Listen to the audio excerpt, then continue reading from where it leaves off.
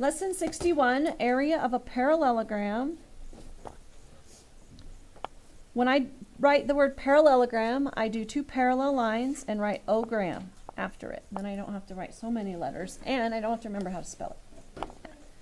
And then angles of a parallelogram. I kind of make my parallel signs bigger so it doesn't look like 2 L's. So if we have a parallelogram, let's draw one on our paper.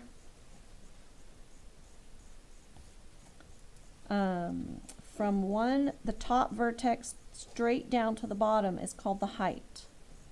So this slanty side is not the height. When you go to the doctor and they're telling you how tall you are, or you want to see how tall you are, do you stand sideways and say, okay, now measure see how tall I am? And then take that distance. No, you go straight up and down, straight from the top of your head to the floor. That's the height, and this is the base. So if we want to find the area of a parallelogram, so I just draw a little parallelogram there, equals base times height. Just like when we do area of a rectangle, which is a parallelogram. But in a rectangle, the angle's already a right angle. So we want to make sure. Another trick that you can do, see this little square right here?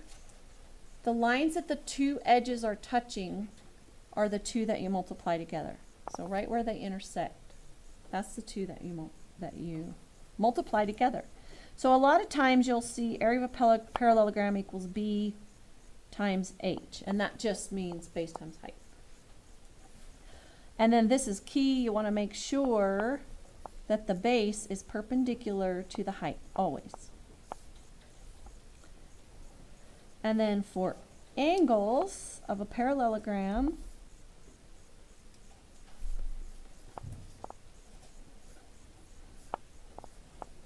opposite angles are congruent. So angle B will be equal to angle D. This arc mark means that those 2 angles are equal. Angle A will be congruent to angle C. And I put 2 arc marks to show that they are congruent to each other, but not to these 2. So the angles across from each other in a parallelogram are congruent, which means they have equal measures. Do you guys know congruent? Have we seen that before in this class?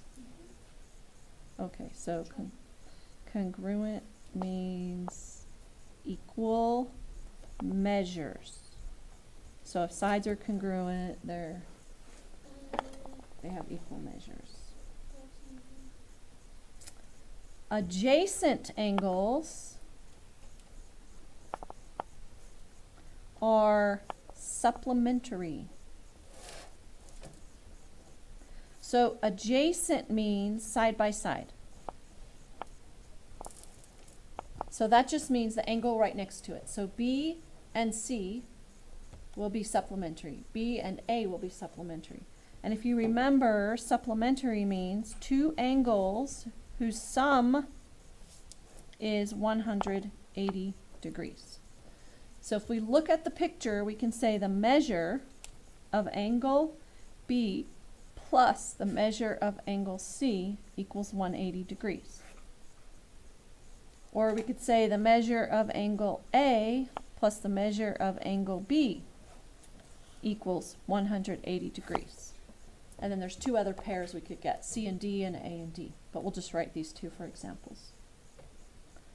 That's the end of the lesson. So 2 things. The area of the parallelogram, base times height, and angles opposite each other in a parallelogram are supplementary. Those are the 2 things. That's it.